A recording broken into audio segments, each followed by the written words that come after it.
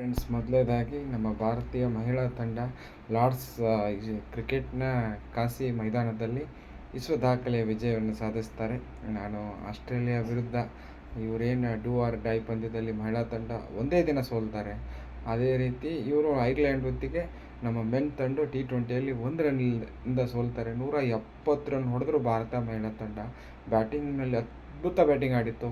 ಬಾಲಿಂಗಲ್ಲಿ ಬಾಲರ್ಗಳು ಕೈ ಕೊಟ್ಟರು. ನಮ್ಮ ಭಾರತದ ಮೆನ್ ಆ್ಯಂಡ್ ವುಮೆನ್ ತಂಡದ ಪ್ರಮುಖ ದೌರ್ಬಲ್ಯ ಅಂದರೆ ಬಾಲಿಂಗು.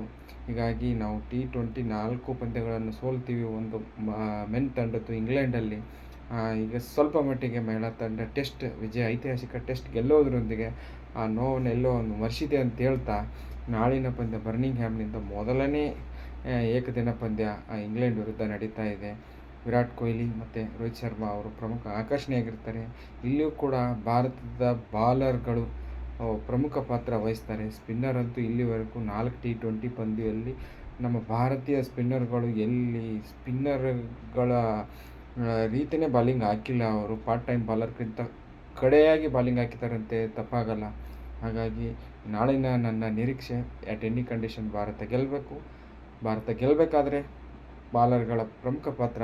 ಜಸ್ಪ್ರೀತ್ ಬುಮ್ರಾ ಅವರು ವಾಪಸ್ ಆಗ್ತಾ ಇದ್ದಾರೆ. ಒಬ್ಬರ ಮೇಲೆ ಪಂದ್ಯ ಡಿಪೆಂಡ್ ಆಗಲ್ಲ.